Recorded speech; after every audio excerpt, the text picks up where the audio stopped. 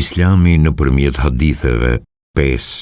Një ditë Zotriu ynë, pejgamberi i Allahut paqja qoftë mbi të, u afrua pranë muhaxhirëve që ishin ulur për dhe u tha se ishte i shqetësuar për 5 gjëra me të cilat ata mund të sprovohesh. Njëra prej tyre ishte edhe shfaqja e sëmundjeve dhe epidemive të panjohura mparë nga etrit e tyre.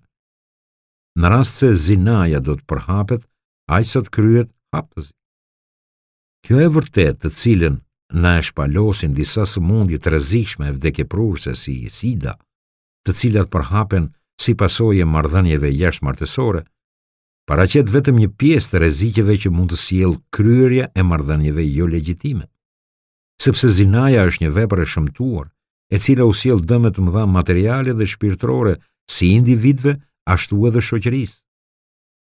Kjo sjellje jo etike i hap rrugën humbjes së botkuptimit familjes, përçarjes familjes, humbjes së paqes mes anëtarëve të familjes, rritjes së numrit fëmijëve problematik me preardhje të panjohur dhe të rritur pa dhëmshuri prindërore, mos edukim dhe mos kujdesjen për fëmijët. Gjithashtu, zinaja shkakton prishjen e sistemit shoqëror, rritjen e ndjenjës së urrëties dhe të neverisë mes njerëzve, rritjen e konflikteve dhe të krimeve në shoqëri, prishjen e lidhjeve familjare, shoqërore dhe fëmijësore, tronditjen themel të vlerave etike dhe shpirtërore në shoqëri, humbjen e nderit femrës dhe të mashkullit dhe poshtrimin e njeriu duke e bërë atë rob të epshave trupore. Islami synon të eliminojë devijimet si zinaja, homoseksualiteti e tjerë, dëmet dhe ndikimet negative të cilave nuk mbarojnë së numëruari, të ndërtojë individin dhe shoqërinë e shëndosh, duke bërë të ditur se rruga e plotësimit nevojave, dëshirave dhe aspiratave seksuale është bashkëjetesa legjitime, pra martesa.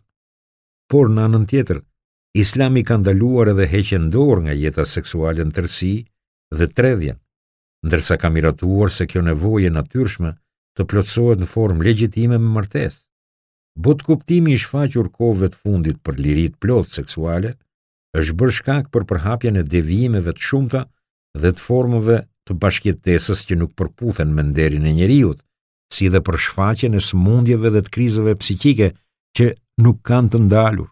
Prandaj është shumë e rëndësishme që fëmijët dhe rinia të edukohen për përdorimin e internetit, të televizionit, të mjeteve të informimit si mass mediat, të cilat ndikojnë në përhapjen e shpejtë të sjelljeve imorale. Trupi është një amanet që Allahu i lartësuar i ka dhuruar njeriut.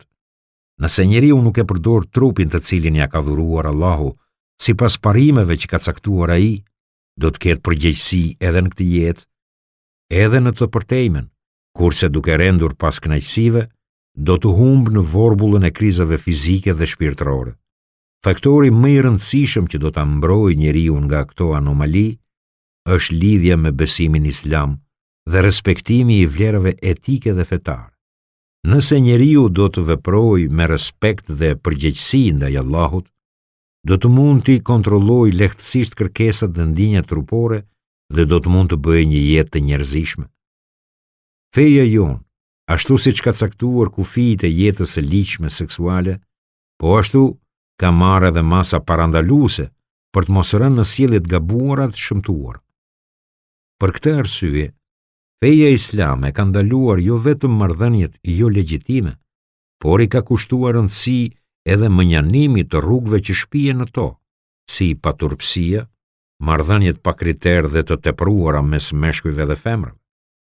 Po ashtu, është kujdesur që t'i ngarkojë njeriu pjekuri morale dhe përgjegjësi personale dhe, duke folur për shumë të drejta e detyra midis bashkëshortëve, është kujdesur që të ruajë dhe të përmirësojë jetën familjare.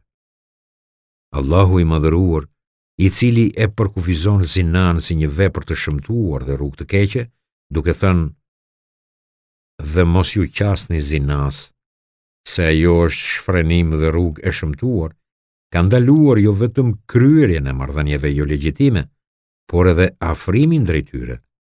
Edhe pejgamberi i Allahut, paqja qoftë mbi të, për t'i mbyllur rrugët që shpihen në imoralitet, ka thënë: "Kush gjen mundësi për t'u martuar, le të martohet." sepse martesa është rruga më e mirë për të ruajtur syrin nga e ndaluara dhe për të ruajtur nderin. Kush nuk ka mundësi të martohet, le ta agjërojë, sepse agjërimi ka veti frenuese për epshin. Pejgamberi i Allahut, paqja qoftë mbi të, i cili vë në dukje martesën si masën më të rëndësishme për të parandaluar zinan, në këtë kontekst i ka këshilluar të rinjt që të martohen sa të jetë mundur më herët, e po ashtu ka këshilluar që ata të cilët nuk kanë mundësi të martohen, të përkrahen dhe të ndihmohen për këtë. Dhe ka dhënë si arritjen se personi i cili martohet për të ruajtur nderin, do ta ndihmojë Allahu. Ky si arritje mund të lexohet hapur edhe në Kuranin fisnik. Martojini të pamartuarit dhe të pamartuarat mes jush, si dhe sklevrit dhe skllavet tuaja që janë besimtarë të ndershëm. Nëse janë të varfër, Allahu do t'i begatojë ata me mirësitë e tij. Allahu është i gjerë në mirësi dhe i gjithdijshëm. Gjithashtu, edhe pse mashkullit i është njohur e drejta që, në bazë të kushteve dhe nevojave, të martohet me më shumë se një grua, nga frika se mund të mos realizohet drejtësia e plotë mes bashkëshorteve, është këshilluar martesa me një grua. Feja islame ka ndaluar çdo element që provokon njeriun për imoralitet dhe çdo sjellje e fjalë që e ofron atë në këtë vepër. Zoti i lartësuar ka urdhëruar që si meshkujt ashtu edhe femrat të mos i ngulin sytë në vendet e ndaluara për t'u parë, si dhe ta ruajnë nderin. I dërguari i Allahut, paqja qoftë mbi të, duke i tërhequr vërejtjen Aliut e nëpërmjet tij edhe të gjithë umetit, i thotë: O Ali, mos janë gjithë shikimi të parë shikimin e dytë, sepse shikimi i parë, me që është pa qëllim, është i falur, kurse shikimin e dytë nuk ke të drejtë, duke kërkuar që të ruhen syt nga ajo që është e ndaluar të shihet.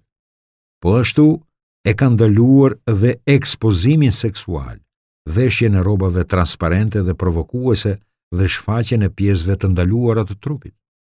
Allahu i madhëruar, në emër të bashkëshorteve të pejgamberit, paqja qoftë mbi të, të gjitha zonjat besimtare i ka këshilluar që kur të flasin me burrat huaj, të flasin me pjekuri e seriozitet, në mënyrë që të mos ngjallin dyshim në zemër dhe keqkuptime tek burrat në fjalë. Gjithashtu i ka urdhëruar që të mos i shfaqin hiret trupore, si dhe të mbulohen kur dalin në rrugë.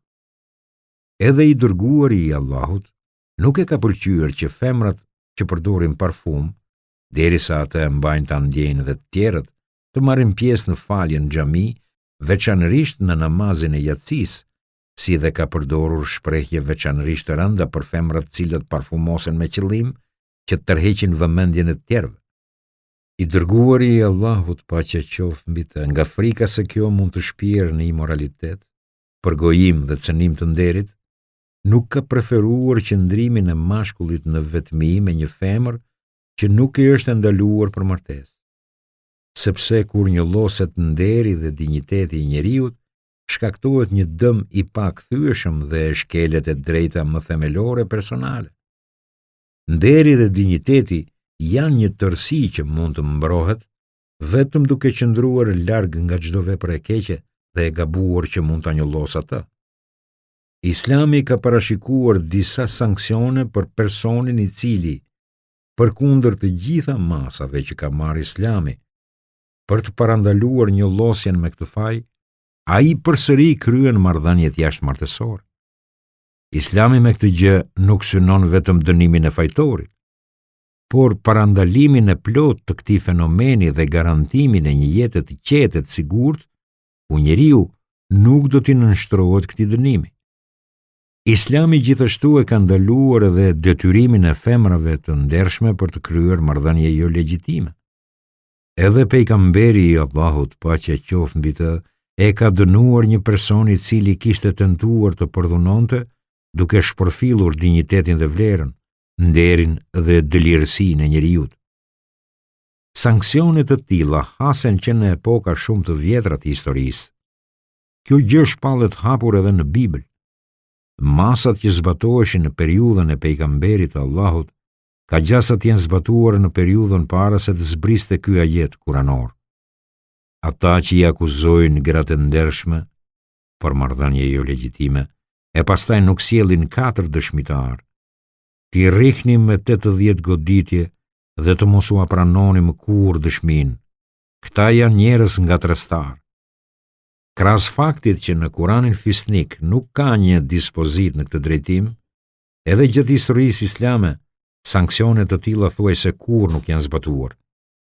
Pejgamberi i Allahut, paqja qoftë mbi të, ka thënë: O njerëz, erdhi koha të ruheni nga krimet që ka shpallur Allahu. Kush e bën një nga këto vepra të shëmtuara, të mos e shpall atë, le të fshihet me fshehjen e Allahut, duke mos e publikuar e turpëruar atë. Por kujt ja publikojmë ne krimin, ndaj tij do të zbatojmë librin e Allahut. Njeriu për këtë mëkat që ka kryer, duhet i lutet me sinqeritet Allahut dhe duhet i jap fjalën Allahut të lartë se kur më nuk do t'i afrohet këtij mëkati të madh, sepse shpresohet që Allahu i lartësuar, mëshira e të cilit përfshin çdo gjë, ta pranoj pendimin e atyre që pendohen sinqerisht. Feja islame ka treguar kujdes të skajshëm në vërtetimin e zinas dhe me përjashtim të rastit kur personi e pranon vetë fajin, ka kërkuar që për të vërtetuar kryerjen e kësaj vepre të dëshmojnë 4 dëshmitar. Arsyeja pse për dëshminë e marrëdhënieve jo legjitime kërkohen 4 dëshmitar ka të bëjë me demonstrimin e peshës së krimit të kryer, me ruajtjen e të drejtave të njeriut, garantimin e fshehtësisë së jetës private, mënjanimin e situatave të dyshimta në përcaktimin dhe vërtetimin e veprës dhe si me pengimin e manifestimit të veprës së zinas. Ndalimi nga Islami i marrëdhënieve seksuale jo legjitime dhe parashikimi një dënimi për këtë ka për qëllim veçanërisht ruajtjen e institucionit të familjes, sepse një brez i shëndosh kultivohet vetëm në një ambient familjar të shëndosh. Zinaja është një sulm kundër institucionit familjes, e cila mbështetet në besim dhe besnikëri. Prandaj Islami, për të ruajtur besimin dhe besnikërinë mes bashkëshortëve dhe për të mbajtur në këmbë institucionin e familjes, ka parashikuar sanksione për njerëzit që kryen marrëdhënie jo legjitime, qofshin meshkuj apo femra. E ardhmja e njerëzimit varet nga familja e cila ndërtohet mbi marrëdhëniet e shëndosha mes burrit dhe gruas. Vështirë që të mbahet në këmbë një shoqëri ku marrëdhëniet brenda familjes nuk janë të shëndosha. Nëse njerëzit bashkohen lirshëm vetëm për të kënaqur epshet e tyre, pa pasur qëllime të formojnë familje e fole, në shoqëri do të shfaqen probleme të pafrenueshme dhe trazir. Prandaj marrëdhëniet jo legjitime janë konsideruar si një e keqe nga të gjitha fetë hyjnore dhe në çdo periudhë, si dhe një nga mëkatet e mëdha në aspektin e vlerave fetare. Rruga legjitime e marrëdhënieve intime, që janë nevoje natyrës njerëzore, është kurora. Për të ruajtur nga zinaja, duhet qëndruar larg nga të gjitha elementet që afrojnë tek ajo dhe duhet kërkojmë mbështetje tek Allahu, duke u lutur për veten tonë me lutjen që i dërguari i Allahut, paqja qoftë mbi të, bëri për atë i cili i kërkoi leje për zina. Zoti ynë, na i fal mëkatet, na pastron nga të këqijet dhe na e ruaj nderin tonë.